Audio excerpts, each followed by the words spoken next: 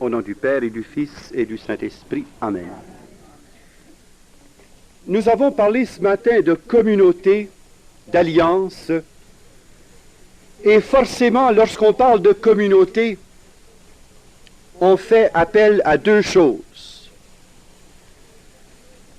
On fait appel à cette réalité spirituelle qui est la commune unité des cœurs et des esprits, et on fait appel aussi à une structure qui est le moyen par lequel cette unité est possible.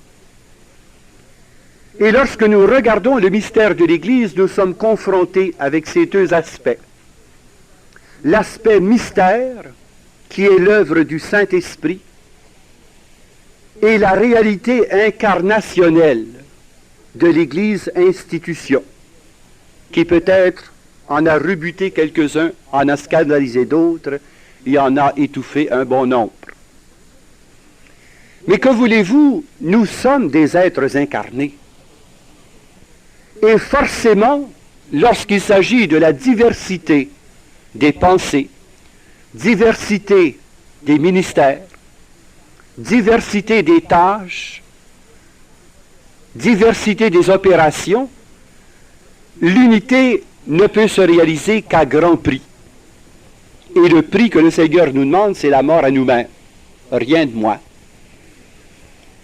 C'est pourquoi, dans la réalité incarnée de l'Église, nous allons nécessairement vivre des heurts, des conflits, des affrontements, des blessures. Et chaque fois, c'est une occasion de dépassement, en nous accrochant par la foi au mystère de l'Église, sans nous laisser démolir par le carcan humain dans lequel ce mystère est vécu. L'Église est, de par la volonté de Dieu, le rassemblement de tous les pécheurs qui ont cru au pardon et à l'amour de Dieu. Jésus nous rassemble dans son corps mystique, mais il y a toujours le coefficient de notre humanité qui rentre en ligne de compte. Chacun y entre avec son caractère, son tempérament, avec sa culture, avec son passé, avec ses blessures, avec ses difficultés. Et quand on mélange tout ça ensemble, ça fait ben de l'humain, ça. Et forcément, il faut bien s'attendre à ce que un rassemblement de pécheurs regroupe des gens qui souvent pêchent les uns contre les autres. Si le Seigneur avait voulu que l'Église soit dirigée par le ministère des anges, j'aurais été le premier à être d'accord et à voter pour ça, mais il ne nous a pas consultés. Il a voulu que ce soit par le ministère des hommes. Et c'est par le truchement des hommes que le Seigneur veut que son salut arrive auprès d'autres hommes. Et saint Paul nous avertit bien que cette grâce incroyable du salut, cette richesse incomparable de la foi, est dans un vase fragile. Et je vous assure qu'on touche du doigt notre fragilité jour après jour. Tout cela quand même pour nous rappeler que dans l'optique du Seigneur Jésus, nous sommes en marche vers l'unité. J'espère d'avoir la joie, comme Siméon, dans mes derniers jours, de voir luire l'heure de l'unité universelle. C'est une espérance, ce n'est pas une certitude. La seule certitude que l'on puisse avoir, c'est que Jésus, lui, achèvera et couronnera cette unité lors de son avènement de gloire. Ça, c'est certain. Et ça, on peut miser là-dessus. Est-ce que nous en serons les témoins, les spectateurs? Est-ce que nous en serons les artisans? Bien là, reste à voir. Mais il est certain que Jésus, qui a prié son Père qu'il soit un Père comme nous sommes un, afin que le monde sache que tu m'as envoyé, s'accomplira. Et nous sommes sûrs que toutes les fois que nous travaillons en fonction de l'unité, nous sommes là au cœur de la volonté du Père, nous sommes là au cœur du désir du Fils, et nous sommes là au cœur du mystère que ne cesse d'opérer l'Esprit Saint.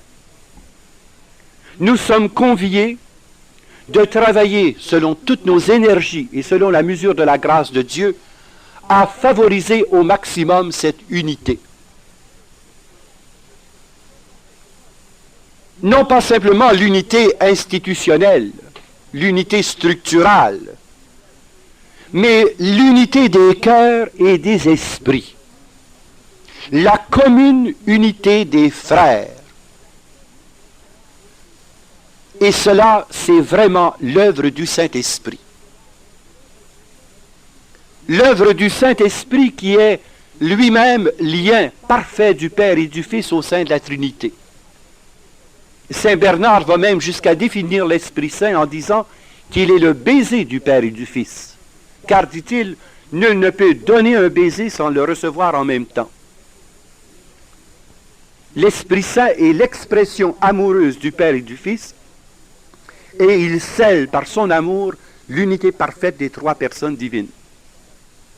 L'unité dans la diversité, l'unité dans la distinction des personnes, une unité de nature.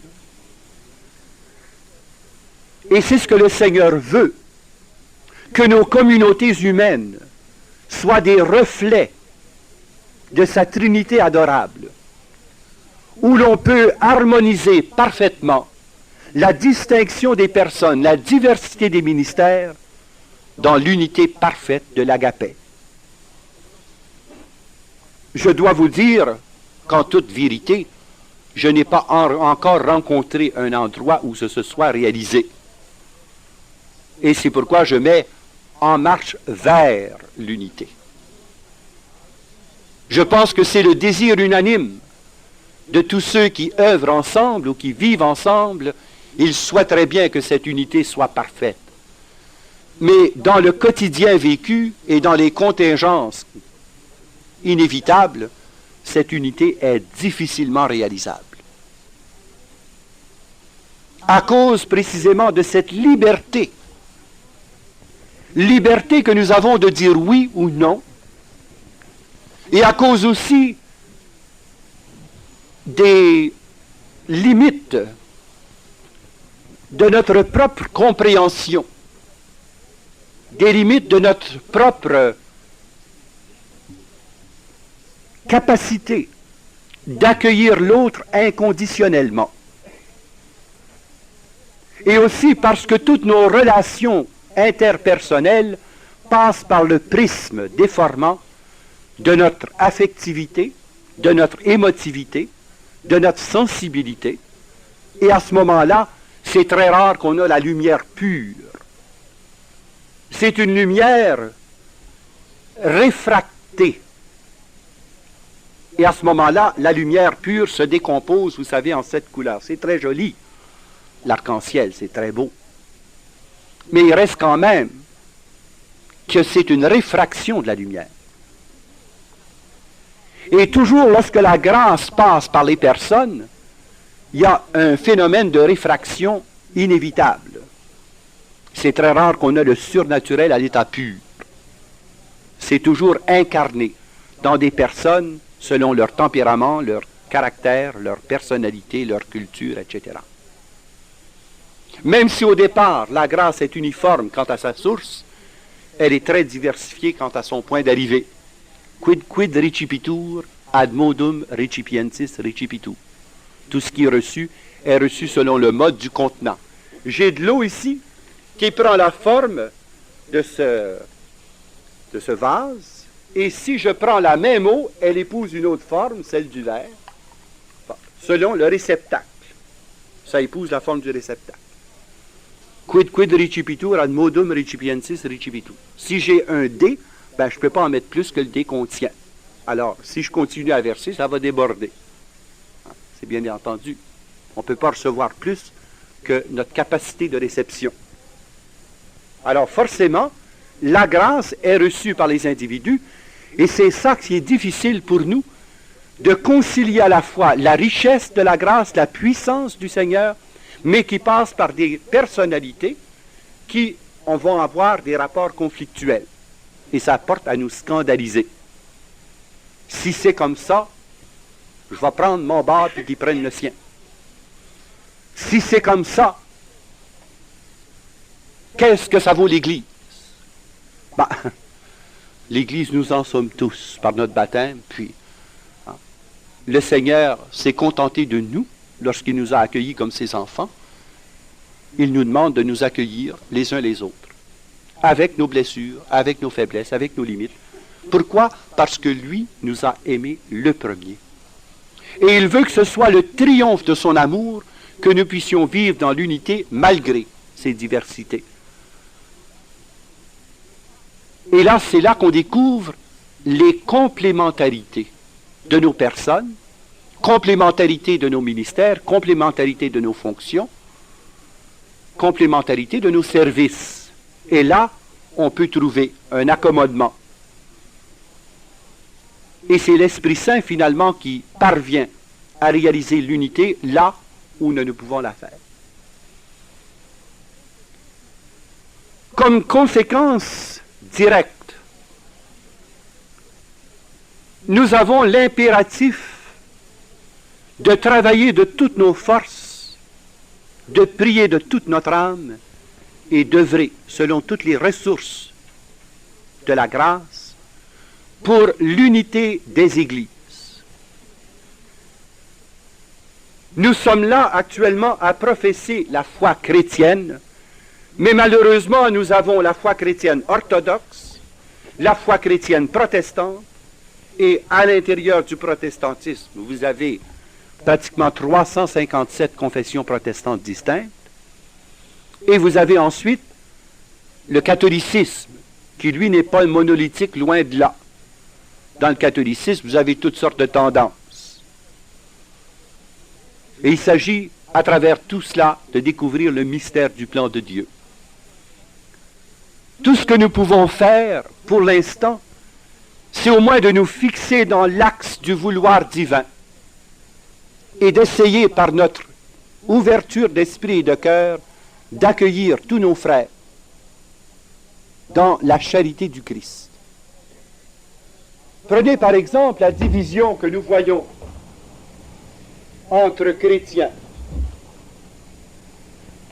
En réalité, cela vient tout simplement que nous avons mis des accents différents en contemplant la richesse du mystère du Christ. Le Christ est un quant à sa personne et à sa mission. Là-dessus, tout le monde est d'accord. Mais le Christ est à la fois prêtre, prophète et roi. De par l'essence même de sa personne et de la mission que le Père lui a confiée. Mais dès lors qu'on privilégie l'un ou l'autre de ces titres christiques, on aboutit forcément à des divisions. Quand l'accent est mis sur le Christ prêtre, eh bien, ce qui prime, c'est le sacerdoce. Et alors, l'accent par excellence, c'est le sacerdoce, la liturgie, et alors forcément, n'est-ce pas, ce qui commande tout le reste, c'est la conception concrète de l'exercice du sacerdoce. Par ailleurs, quand on privilégie le Christ prophète, on aboutit, n'est-ce pas, à mettre en évidence, et l'accent est mis sur la parole, la primauté de la parole, en tout. Seule la Bible est la norme définitive de la foi. Et ensuite, dans un autre contexte, on privilégie le caractère royal, et alors c'est tout l'aspect de déploiement considérable de la richesse, de la gloire, des liturgies absolument fastueuses pour mettre en évidence le caractère royal du Christ. Or, à quoi ça aboutit? Quand on privilégie un aspect sur l'autre, puis on aboutit ici à un catholicisme sacerdotal où actuellement ce qui arrive, c'est qu'on donne aux prêtres et au clergé une plus-value par rapport à ce que le Christ a voulu. Et on aboutit à une forme de cléricalisme. Si on privilégie la parole, alors à ce moment-là, c'est le protestantisme, et à cause de la liberté d'interprétation, eh bien, la fragmentation presque à l'infini. Parce que dès lors qu'on est deux qui ne sommes pas d'accord sur un même verset, on fait deux églises. Puis quand ces deux-là engendre deux autres qui ne sont pas d'accord, ça fait 4 églises, etc. Faute de magistère, eh bien, on aboutit à la fragmentation. Et quand on privilégie le caractère royal du Christ, bien, on aboutit, n'est-ce pas, à l'orthodoxie, où tout est dans la liturgie de gloire. Et là, tout doit refléter la gloire du Christ roi. Des couronnes en or, des grands manteaux en or, puis tout ce qu'il y a de plus fastueux, parce qu'il s'agit de rendre témoignage au Christ en tant qu'il est roi. Mais dans la réalité, le Christ est et prêtre, et prophète, et roi. Le jour où on va comprendre ces trois affaires-là, il y a une chance qu'on en arrive à entrer en dialogue, où enfin les catholiques vont peut-être commencer à comprendre qu'il y a place, et beaucoup de place, et beaucoup plus de place qu'on ne l'a fait jusqu'ici, sur la parole. Vous savez, quand le renouveau charismatique a commencé au Québec, dès lors qu'on nous voyait avec une Bible, on disait, c'est certainement un témoin de Jéhovah. Un catholique qui se respecte ne se promène pas avec la Bible sous le bras. Pour montrer jusqu'à quel point qu'on peut être éloigné de la pensée de Dieu. C'est sa parole, c'est sa révélation, c'est son testament d'amour, c'est son contrat. Le moins qu'on puisse faire, c'est de l'avoir à la main en tout temps, comme un manuel, un livre de référence et des points de certitude, des points de repère. Alors on nous appelait, les charismatiques, les bibleux, les prieux, puis les veilleux. Bibleux parce qu'on se promenait avec une Bible sur le bras, prieux parce qu'on prie en toute occasion, puis veilleux parce que nos veillées de prière finissent plus. On se couche plus. Les prieux, les bibleux, puis les veilleux. C'est la définition du charismatique, ça, dans les années 70-71. Mais voyez-vous comme c'était fou. Tellement de parti pris à une conception particulariste que déjà on se méfiait de son frère parce qu'il avait la Bible. Un catholique qui se respecte ne porte pas la Bible. Mais c'était assez fou. Il fallait qu'on soit rendu pas mal capoté. Franchement, là. Et alors on se méfiait. Si tu avais une Bible, surtout si tu citais le chapitre puis le verset sans te tromper, là, tu étais certainement protestant. Certainement, certainement. Parce qu'un catholique, ça, c'est pas le chapitre puis le verset. Voyons donc. Et on se faisait une gloire d'ignorer la Bible. Vous voyez jusqu'à quel point on pouvait être égaré. C'est pas pour rien, vous savez, que le Concile nous a brassé la carapace. Puis nous a mis en face de la plénitude du mystère du Christ, nous obligeant à cheminer par un renouveau spirituel en profondeur qui soit centré sur la parole de Dieu. Et on a été merveilleusement préparé à cela par la réforme, le renouveau liturgique et le renouveau biblique. De sorte que quand le Concile a pu passer ses directives, eh bien, on avait au moins en main les instruments voulus. Mais ceux-là qui étaient un petit peu en avance sur les autres étaient taxés de protestantisme parce qu'il y avait une Bible. Moi, je me suis fait dire dans des églises aux États-Unis où je prêchais Bible en main, chapitre et verset, The Presbyterian Priest. Dans une église catholique où tout le monde était catholique. Presbyterian Priest. Parce que je prêchais Bible en main, chapitre et verset à l'appui. Et je n'affirmais rien sans que ce soit de la parole de Dieu. Mais on se méfiait. Quel est cet oiseau rare qui ose citer la Bible? Tu sauras, mon garçon, quand on est catholique, on ne fait pas ça. C'est bête. Par ailleurs, ce qui arrive, il faut aussi que les protestants, à notre contact et par la validité de notre témoignage, reconnaissent la valeur du sacerdoce. Mais un sacerdoce qui est un sacerdoce de service et non pas un sacerdoce de domination. Je ne peux pas blâmer les protestants à un moment donné d'avoir rué dans le Bacu. Parce que, à cause du féodalisme, on en arrivait à un exercice tyrannique. Et pour légitimer sa conduite, on se cachait derrière son ordination sacerdotale ou sa charge épiscopale. Puis là, on se permettait tous les abus. Et Dieu sait s'il y en a eu des abus.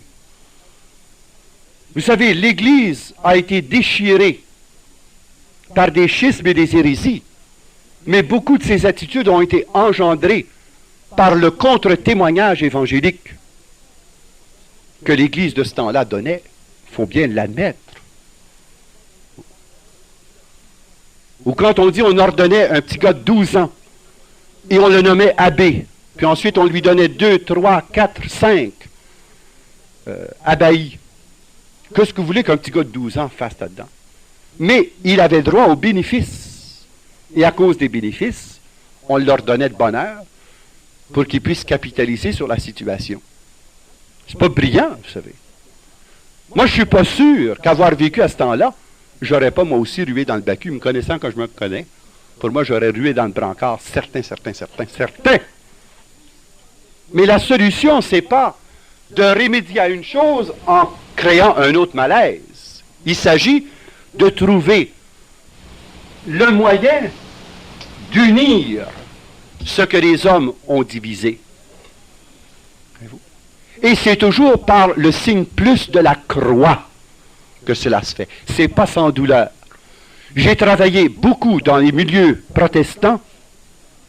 Ça a été un ministère absolument merveilleux, mais qui n'a pas été sans douleur. Les protestants me voyaient arriver comme un loup déguisé en agneau pour les croquer. Puis les catholiques disaient, hein, gardons ça, là, il commence déjà à être teinté de protestantisme, là, watchez-le, il est dangereux. La 5e colonne qui est introduite dans l'Église catholique, la pensée protestante, méfiez-vous, faux prophète. Watchez-le, il est dangereux. On me tirait dessus des deux côtés, c'est pas bien agréable. Surtout pas très évangélique, mais écoute, c'est comme ça. Et à côté de ces réalités, où nous avons à nous témoigner les uns aux autres la part d'héritage, tout cela doit se faire dans un climat de charité. Et c'est ça qui n'est pas facile. Il y a seulement l'Esprit Saint qui peut réaliser l'unité dans l'Église. Je suis convaincu que ce n'est pas par des symposiums de théologie. Je suis convaincu que ce n'est pas par des sessions d'études et des tables rondes et des conciles et toutes ces histoires de même que l'unité va se faire. Ça, c'est utile pour indiquer la voie vers l'unité. Mais l'unité sera l'œuvre du Saint-Esprit. Parce qu'il est, lui, celui qui scelle l'unité dans la Trinité Sainte. Et au fur et à mesure que l'Esprit Saint agit à l'intérieur du catholicisme, du protestantisme et de l'orthodoxie, il se crée de nouveaux moyens de communication. Car ayant fait la même expérience dans l'Esprit Saint, nous avons des choses intéressantes à nous dire en racontant les merveilles du Seigneur. Et ça nous rapproche. Quand j'ai travaillé, invité par le secrétariat de l'unité de l'Église, j'ai bien vu, n'est-ce pas, que il y avait là un climat de confiance mutuelle résultant non pas de l'opposition doctrinale, c'était inconciliable, mais résultant du fait que l'Esprit Saint faisait la même chose dans toutes les églises. Ça nous a rapprochés. Et on devait être dans l'admiration devant tout ce que le Seigneur faisait par l'action du Saint-Esprit, chez les presbytériens, chez les anglicans, chez les luthériens, chez les baptistes, chez les catholiques, chez les orthodoxes. Mais d'où vient la difficulté? Elle venait du fait que chacun privilégiait un aspect du Christ en négligeant les deux autres. Le protestantisme évangélique disait, mon Dieu, il est écrit dans la Bible, nul se fera appeler père. Puis regardez, toutes les religieuses font appeler le père un tel. C'est anti-biblique. Bon, partant en guerre. Un verset, n'est-ce pas, sorti comme une épée au clair, puis toutes les fois qu'il rencontrait un père, il savait quoi sortir pour le trucider. Puis là, il fallait qu'on se prépare 2-3 versets pour pouvoir leur répondre. J'étais-tu fou dans le Saint-Monde? Pas du dialogue, ça. C'est de l'imbécilité chronique et institutionnalisée. C'est que je fasse. Pas dire autrement. Il faut que ce soit l'Esprit Saint qui nous amène à découvrir dans nos frères les richesses de la foi. Et que nous puissions accueillir le témoignage des autres pour voir leur fidélité à l'héritage de la foi dans tel ou tel domaine. Et dans la mesure où nous sommes accueillants à nos témoignages mutuels, dans la même mesure, l'Esprit Saint a de l'espace vital pour opérer le mystère de l'unification. Mais c'est lui et lui seul qui peut le faire. L'unité ne se fera pas au niveau des doctrines. L'unité ne se fera pas au niveau des discussions théologiques. L'unité sera le mystère du cœur, où l'Esprit Saint, nous ayant véritablement donné un cœur nouveau, nous rend aptes à accueillir par le cœur ceux qu'on n'accepterait pas sur d'autres plans. Et au fur et à mesure que le cœur s'ouvre, il s'universalise. Et finalement, le cœur devient accueillant à tous les frères, sans distinction de race, de culture, d'ethnie, même de religion. Mais c'est l'œuvre du Saint-Esprit. De la même façon, faut-il que nous soyons ouverts à tout ce que l'orthodoxie a à nous enseigner.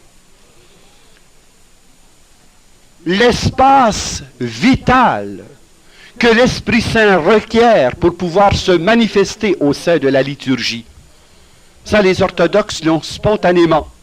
J'ai participé à plusieurs grandes liturgies orthodoxes, grecques, russes, arméniennes. Et ce qui m'émerveillait, c'était que le prêtre partait, un chant, et l'assemblée spontanément improvisait, et c'était pratiquement du chant en langue. Et c'était prévu, il n'y avait pas de parole dans le livre. C'était juste marqué le prêtre entonne, puis là, il partait. Puis là, il n'y avait rien d'écrit parce que c'était prévu que les fidèles, sous la pulsion de l'Esprit, pourraient dire l'expression de leur foi. Et ça dans une harmonie, mais des plus exquises, des plus merveilleuses. Vous savez, nous nous glorifions d'avoir reçu l'héritage du chant grégorien, mais savez-vous que cet héritage nous vient directement de l'Orient? C'est simplement Grégoire, à un moment donné, à ce moment-là, il s'appelait le moine Hildebrand, avait fait le tour des grands monastères orthodoxes et avait été complètement ébloui par ces chants improvisés, où les gens chantaient en langue des mélodies plus belles les unes que les autres. Et alors il notait. Finalement, quand il est revenu dans son pays, eh bien là, il a établi une tradition dans la transmission de ces mélodies-là. Et lorsqu'il est devenu pape, eh bien, naturellement, il a universalisé pour l'Occident cette richesse qu'il avait prise à l'orthodoxie. Et même plus que ça, d'ici quelques années, nous demanderons à l'orthodoxie de nous enseigner le retour aux valeurs de la vie érémitique. Savez-vous qu'en 1974, au mont Athos, il y avait 400 novices de 20 à 30 ans qui embrassaient la vie monastique. 400 pour la seule année 74. Alors qu'on voit, nous autres, nos noviciats vides. Il y a un réveil spirituel considérable dans l'orthodoxie, et cela sous la mouvance de l'esprit. Et ils sont en train de nous faire découvrir des aspects de la vie religieuse et de la vie chrétienne, notamment le cénobitisme, le monachisme. Ils sont en train aussi de nous faire découvrir le sens du jeûne. On voit ici quelques endroits où il y a des poustinia, c'est-à-dire de ces maisons recluses où une personne demeure seule pendant une semaine en se nourrissant au pain et à l'eau, sans contact avec qui que ce soit, uniquement la parole de Dieu. On appelle ça un poustinia.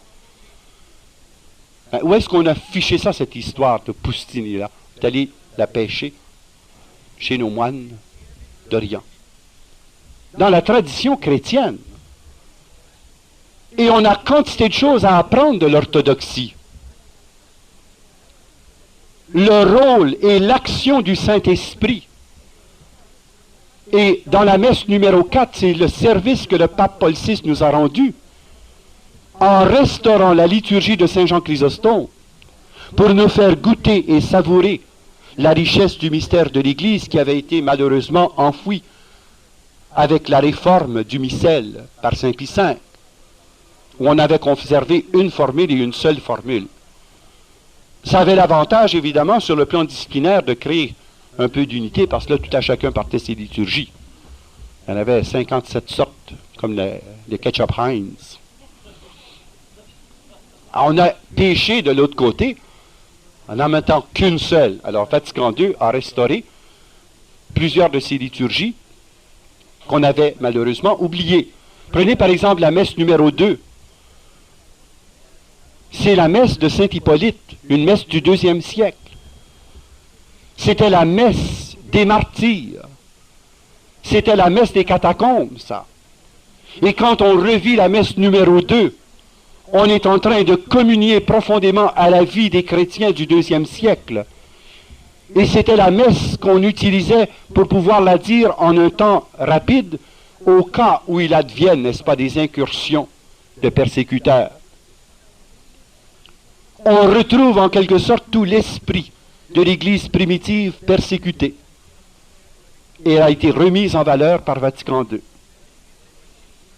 Ensuite, vous avez la messe numéro 4, qui a été enfin la restauration d'un aspect du trésor de l'Église qui avait été malheureusement enfoui dans la réforme du pape Pie V. Alors, Paul VI l'a restauré pour notre édification. C'est absolument merveilleux, c'est le résumé de l'histoire du salut et c'est le mémorial de toutes les alliances que le Seigneur a conclues avec son peuple afin qu'ils deviennent un, célébrant l'alliance dans le sang de l'agneau. Une splendide liturgie de gloire qui nous venait de l'orthodoxie. Et la messe numéro 3, qui nous a fait redécouvrir la célébration liturgique du Moyen Âge, du XIIe et XIIIe siècle, notamment sous l'influence de saint Thomas d'Aquin. Alors tout cela, malheureusement, on ne savait même pas que ça existait. C'est la réforme liturgique qui a mis cela à jour et finalement, on a pu rétablir des richesses qu'on ignorait. Alors c'est en se mettant aux écoutes les uns des autres que finalement nous allons arriver à cette unité entre les églises. Lorsque l'Esprit Saint nous aura découvert toute la richesse du mystère du Christ, sans privilégier un aspect plutôt qu'un autre. Et mon Dieu, qu'on a donc de la misère à pouvoir concilier, parce qu'on est habitué, c'est ça ou c'est ça. Mystère ou institution, choisi. Mais non, la réalité, c'est à la fois un mystère et en même temps une institution. Mais quand on dit mystère, oui, institution, non. Pas plus intelligent.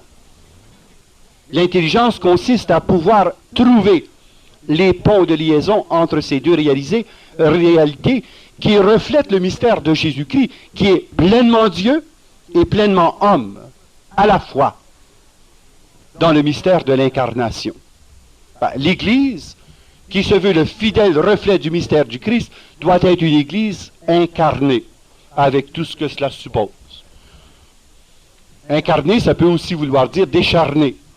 Incarné, ça peut vouloir dire aussi atrophié. Incarné, ça peut aussi vouloir dire blessé. Quand on est incarné, tout ça est possible. Puis l'Église marche clopin du mieux qu'elle peut à travers les siècles. C'est pour ça que Jean 23 avait un seul désir, que l'Église, l'épouse du Christ, retrouve sa face sans tache ni ride ni rien de pareil. C'est pas le rêve de la plupart des femmes, ça? Il n'y a pas d'esthéticien qui réussit encore la perfection en ce domaine. Il y a seulement le traitement de beauté du Saint-Esprit qui peut faire ça à l'Église. redonner au Christ son épouse dans toute sa beauté. Mais en attendant que ça arrive, il faut bien vivre avec la réalité qui nous entoure. On ne vit pas d'une façon détachée du réel. Et c'est à ce niveau-là que les conflits, les heurts se situent. Où on a beaucoup de difficultés à concilier telle ou telle valeur et telle autre. Et à l'intérieur même de l'Église catholique, comme c'est difficile d'œuvrer. Pourtant, c'est tout du bon monde, ils ont toutes de bonnes intentions, ils sont tous motivés des idéaux les plus nobles, des motivations les plus saintes. On trouve le moyen quand même de ne pas être d'accord, puis de ruer dans le bacu. Ça, qu'est-ce que vous voulez? Prenez dans un groupe de prière, bon, nous les charismatiques. Bon, nous les charismatiques. Ça, c'est supposé être le fin du fin charismatique. Bon, il y a du plus ou moins mon père. Il y a aussi des jalousies, il y a aussi des contestations, il y a aussi des envies, il y a aussi toutes sortes de petites mesquineries, puis il y a aussi des clics, puis il y a aussi tout ce paquet-là. Pourquoi? Parce que les charismatiques sont aussi des êtres incarnés. Ce sont aussi des humains pécheurs, sans cesse pardonnés, mais qui oublient souvent de se pardonner entre eux. Hein? Ça, la réalité, c'est que je fasse, pour se compter de menterie. Mais la prière de Jésus, cependant, demeure efficace. Et c'est pourquoi le pape Paul VI nous exhorte à être des artisans d'unité. Car, dit-il, il n'y a pas de pire contre-témoignage à l'évangile du Christ que nos divisions. Saint Paul, vous savez, a pesté toute sa vie contre les divisions entre frères chrétiens. Il n'y a pas une seule de ces épîtres qui ne fasse mention de ces problèmes-là. Il leur disait, je voudrais bien vous parler comme à des êtres spirituels, mais je suis obligé de me rendre compte que vous êtes encore des enfants et que vous êtes encore très charnels. La preuve, c'est que vous dites, moi j'appartiens à Pierre, moi j'appartiens à Paul, moi j'appartiens à Apollos. Il dit, bande de cœurs, vous appartenez au Christ. C'est de vous battre. Mais vous savez, moi j'ai reçu le baptême du Saint-Esprit à Trois-Rivières. Moi j'ai reçu le baptême du Saint-Esprit à Québec. Puis moi je l'ai reçu à Granby. Puis l'autre arrive, moi je l'ai reçu à Rome. C'est pas important la place où vous avez reçu le baptême du Saint-Esprit. C'est Jésus-Christ seul qui baptise dans le Saint-Esprit. C'est pas le père un tel, puis c'est pas le chanoine un tel, puis c'est pas le curé un tel, puis c'est pas ce que tu voudras. C'est pas les hommes qui baptisent dans le Saint-Esprit. C'est Jésus-Christ qui baptise dans le Saint-Esprit, et nul autre. Quand lui viendra, il vous baptisera dans le Saint-Esprit. C'est Jésus qui nous baptise dans l'Esprit Saint. Alors on n'a pas à se revendiquer, vous savez, moi je suis de telle école de formation. Moi, vous savez, j'ai fait toute ma formation à l'eau vive. Ou moi j'ai fait toute ma formation, n'est-ce pas, à l'Alliance. Ou moi j'ai fait toute ma formation à Human Vitae. Puis après, c'est pas ça qui est important. Ce qui est important, c'est que nous découvrions le Christ dans toute sa beauté, dans toute sa richesse, et que nous ayons reçu la puissance d'aimer dans le Saint-Esprit. C'est ça la formation essentielle. Qu'on l'ait pris à X, Y ou Z, puis qu'on ait reçu le baptême du Saint-Esprit du ministère de, je sais pas moi, Jacques, Jean, Timothée, ça n'a aucune espèce d'importance. Ce qui est important, c'est les fruits spirituels qui paraissent. Et il n'y a pas lieu de se diviser pour des choses comme ça. Et ça, c'est retomber dans l'humain, c'est retomber dans l'infantilisme, où on essaie de se valoriser en faisant appel à ses antécédents. Alors que Jésus, par la bouche de Paul, nous dit que nul ne se glorifie que dans le nom du Seigneur. C'est la seule chose dont on puisse se glorifier. D'être sauvé par le sang de l'agneau, d'être membre du Christ, d'être enfant de l'Église. C'est de cela, et de cela seulement qu'on peut se glorifier. Or, voici ce que dit le pape Paul VI, au numéro 77, Evangelii Nuntiandi. la force de l'évangélisation se trouvera bien diminuée si ceux qui annoncent l'Évangile sont divisés entre eux par toutes sortes de ruptures. Imaginez, en pays de mission, par exemple, où vous avez 16, 18 et même 27 églises différentes dans la même ville. Puis là, on adresse le message aux païens. Bande de païens, devenez chrétiens. Puis le gars a choisi entre 27 clochers. Alors, qu'est-ce qu'ils disent après un bout de temps? Accordez vos violons, puis vous viendrez me reparler après. Je ferai exactement pareil. Je trouve qu'ils sont intelligents, les païens qui pensent comme ça. Ils font preuve d'intelligence. Commencez par vous accorder entre vous autres, bande de chrétiens, puis là, peut-être que nous autres, les païens, on va vous écouter. Mais on ne veut pas apprendre 30 versions de la même histoire. On en veut une, la vraie. Donnez-nous-la. Il n'y a pas de pire contre-témoignage que la division des églises. Quand sur un coin de rue, vous avez une église anglicane, l'autre coin de rue, une église catholique, l'autre une église presbytérienne, puis une église pentecôtiste. Exactement comme Golf, Shell, Texaco, puis Fina. Bon. La grosse concurrence. C'est moi qui ai la vraie église. C'est moi qui ai la vraie église. Alors, quand tu fais le tour des compagnies de gaz, ils te vendent toutes du rouge puis du jaune. Puis ça vient tout de la même place, excepté il a pris tel bateau à un moment donné, puis il a abouti à Golfe. Il a pris tel autre bateau, puis il a abouti à telle autre place. C'est la différence qu'il y a. Voyez-vous? Mais comme c'est triste, ce déchirement du corps du Christ par ceux-là qui professent la foi en Jésus-Christ, et où on se tue fraternellement avec un amour débordant, jusqu'à temps que l'autre dise « d'accord ». Quand on était petit gars, on se tordait le bras, on disait « dis-moi non, dis-moi non, dis-moi non ». Dis catholique, dis catholique, dis catholique. Dis protestant, dis protestant. Et le païen, lui, qui subit tout ça, il en revient bien de ces histoires-là. Lâchez-moi tranquille. Voyez-vous, la première conversion, c'est la nôtre, entre chrétiens. Et de découvrir la plénitude de la richesse du Christ dans le respect des autres. Ne serait-ce pas là l'un des plus grands malaises de l'évangélisation aujourd'hui, dit le pape. En effet, si l'évangile que nous proclamons apparaît déchiré par des querelles doctrinales, des polarisations idéologiques ou des condamnations réciproques entre chrétiens au gré de leurs vues différentes sur le Christ et sur l'Église, et même à cause de leurs conceptions diverses de la société et des institutions, comment ceux à qui s'adresse notre prédication ne s'en trouveraient-ils pas perturbés, désorientés, sinon scandalisés? La première conversion à faire, c'est atteindre l'intérieur même de l'Église, en nous mettant aux écoutes de la parole de Dieu et du magistère. Quand il y a trop de docteurs en Israël, on finit par avoir trop de chefs passés d'Indiens.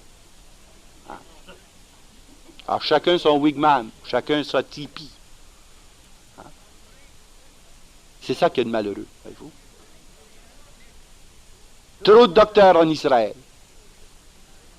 Vous en avez un qui fait une lecture de la Bible selon la méthode structuraliste, l'autre qui en fait une lecture fondamentaliste, l'autre qui en fait une lecture patristique, l'autre qui en fait une lecture marxiste, l'autre une lecture léniniste.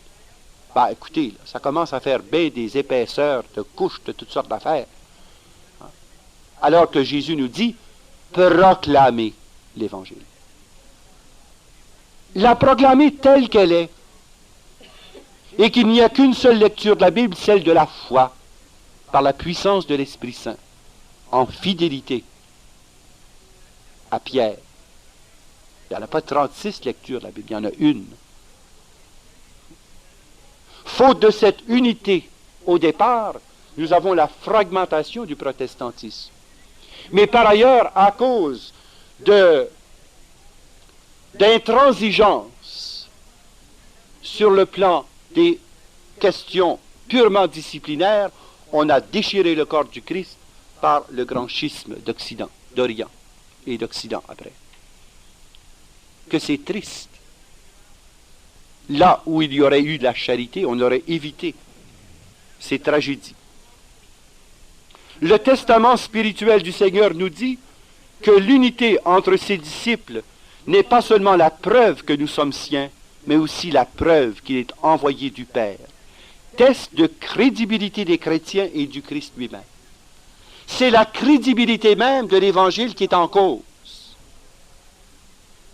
Nous nuisons à la crédibilité de l'Évangile par la confusion de nos divisions. Prenez actuellement, là, je n'ai pas besoin d'aller bien loin, on vit dans le Québec, là.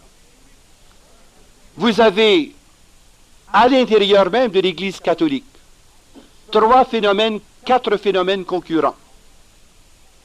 Vous avez d'un côté l'instauration progressive d'un schisme à travers une forme d'incarnation qui s'appelle les disciples de l'amour infini, et comme ils étaient insatisfaits de la hiérarchie, ils s'en sont fait une. Depuis un pape, des évêques, des prêtres, qu'ils se sont donnés à eux-mêmes. En face de cela, vous avez un évêque authentique qui arrive avec tout un flot de disciples pour nous proposer la vraie tradition de l'Église. Monseigneur Lefebvre puis sa gang. Puis à travers cela, vous avez les catholiques qui se débattent entre eux autres, les catholiques de gauche puis les catholiques de droite. Bon, la tour de Babel ne sera pas plus facile à démêler que nos querelles intestines. Et quand vous faites l'analyse de chaque position, finalement, ça se résume à un mot, l'orgueil, l'autosuffisance. Et c'est de cela qu'il faut se convertir à la base. Qu'il n'y ait d'autre maître que Jésus-Christ. Et que nous nous rendions dociles à sa parole. Et sa parole nous enseigne qu'il y a un magistère. Pierre, tu es Pierre, et sur cette pierre, je bâtirai mon Église. Et si on n'en arrive pas à la mort sur le plan de l'orgueil et de l'autosuffisance, on ne parviendra jamais à l'unité. Et alors c'est la crédibilité même de l'Évangile qui est mise en cause, et les gens qui sont tout mêlés mettent tout par-dessus bord et finalement disent « vogue la galère ». Lequel des 4 qui a raison? Probablement aucun, alors je vais faire à ma tête, puis je vais m'en partir une petite histoire à moi tout seul, puis je vais dire « je vis ma vérité ». Je vis la religion selon ma conception. Puis il se débrouille comme il peut. Voyons. Mais pourquoi en arriver là? Tout simplement parce que l'orgueil, l'autosuffisance, a finalement déchiré le corps du Christ. Et le pape conclut en nous disant sur ce point, nous voudrions insister sur le signe de l'unité entre tous les chrétiens comme voie et instrument d'évangélisation. La division des chrétiens est un grave état de fait qui parvient à entacher l'œuvre même du Christ. Le Concile Vatican II affirme avec lucidité et fermeté qu'elle nuit à la cause sacrée de la prédication de l'Évangile à toute créature, et pour beaucoup, elle ferme l'accès à la foi. Voyez-vous ce que devient notre responsabilité? Si nous voulons nous inscrire dans la marche de l'en avant et l'en haut de l'Église dans les 23 prochaines années jusqu'à l'an 2000, il importe que notre effort se fasse dans la ligne de l'unité, dans la ligne de l'ouverture, de la compréhension, de l'accueil et du pardon. Si nous sommes des pécheurs sans cesse pardonnés, nous sommes aussi des pécheurs sans cesse requis de donner des pardons. Pardonne-nous nos offenses comme nous pardonnons à ceux qui nous ont offensés. Et il n'y a pas d'unité possible sans cette réconciliation de base. Et je pense qu'un jour, le Seigneur nous forcera, et l'Église catholique, et l'Église protestante, et l'Église orthodoxe, à tomber à genoux pour reconnaître les 7 invectives de Jésus-Christ contre les pharisiens. Car Jésus veut absolument purger toutes les églises de toute forme de pharisaïsme pour qu'on en arrive à l'humilité, à la vérité, à l'authenticité. Et là, les cœurs seront prêts à accueillir le Christ roi dans toute sa splendeur. Et puisque nous revendiquons, nous les catholiques, nous revendiquons le droit d'être la seule véritable Église instituée par Jésus-Christ, et j'y crois, Donc nous devrions être les premiers à tomber à genoux, puis les premiers à poser des gestes concrets d'humilité, et d'être les premiers à aller devant nos frères pour leur demander pardon. Quand j'étais petit gars et qu'on se chicanait entre nous autres, ma mère disait c'est au plus sage à céder le premier. Or, comme j'étais forcément le plus sage, j'étais toujours pogné pour te pardonner. Qu'est-ce que tu veux? T'as toujours pogné. Ben, si on revendique le droit d'être la seule véritable Église instituée par Jésus-Christ, c'est à nous à poser les premiers gestes. C'est à nous à aller devant nos frères pour leur demander pardon. C'est à nous à reconnaître notre pharisaïsme, à reconnaître notre étroitesse d'esprit, à reconnaître notre légalisme excessif, à reconnaître qu'on s'est substitué bien souvent au Saint-Esprit. Et c'est à nous prosterner devant les autres pour demander pardon à leur baisant les pieds. Le pape Paul VI l'a fait face à Athénagoras, et il l'a fait plus récemment encore face aux représentants du patriarche d'Orient. Il a quitté son trône, et alors qu'on sait qu'il est criblé d'arthrite, de peine et de misère, il est descendu de son trône pontifical, et il s'est prosterné à genoux devant le représentant de l'Église d'Orient, et il lui a baisé les pieds. Et c'est ce genre de prophétisme en acte qui rapprochera les églises. Au lieu de tenir fièrement en disant « c'est nous qui avons raison, c'est nous qui détenons la vérité, c'est nous qui brandissons l'étendard du véritable évangile », c'est à nous prosterner et à laver les pieds des autres, comme Jésus l'a fait la veille de sa mort. Lui qui était le plus grand de tous s'est abaissé aux pieds des 12 et leur a lavé les pieds, y inclus Judas le traître. Pas de problème. Jésus, il n'y avait pas de problème. Il y avait l'amour. Et l'amour vient à bout de tout. Et l'amour est assez grand pour tous les pardons. Car l'amour vrai pardonne tout, excuse tout, comprend tout, dépasse tout. Eh bien, je pense que c'est là, vraiment, que nous allons trouver le dynamisme nécessaire pour les 23 prochaines années. L'Église de l'an 2000 dépend de notre réponse aujourd'hui à cette interpellation vers l'unité. L'Église sera demain unie si aujourd'hui nous posons des gestes authentiques de pardon dans la véritable humilité et dans la reconnaissance des autres pour ce qu'ils sont vraiment. Si on ne commence pas tout de suite, c'est un rêve, une utopie, que de penser qu'en l'an 2000, nous serons plus près de l'unité. Le Seigneur ne nous prend pas de force, le Seigneur ne fait pas assaut contre nous, il nous propose une démarche, celle de la foi, de l'humilité et de l'amour. Et si nous répondons oui aujourd'hui, il y a des chances que dans l'an 2000, nous verrons une Église plus unie et peut-être une communion entre catholiques, protestants et orthodoxes. Parce que nous aurons dépassé nos différences pour en arriver à la communion parfaite au plan de Dieu dans l'unité fraternelle, créée dans nos cœurs par l'Esprit Saint. Amen.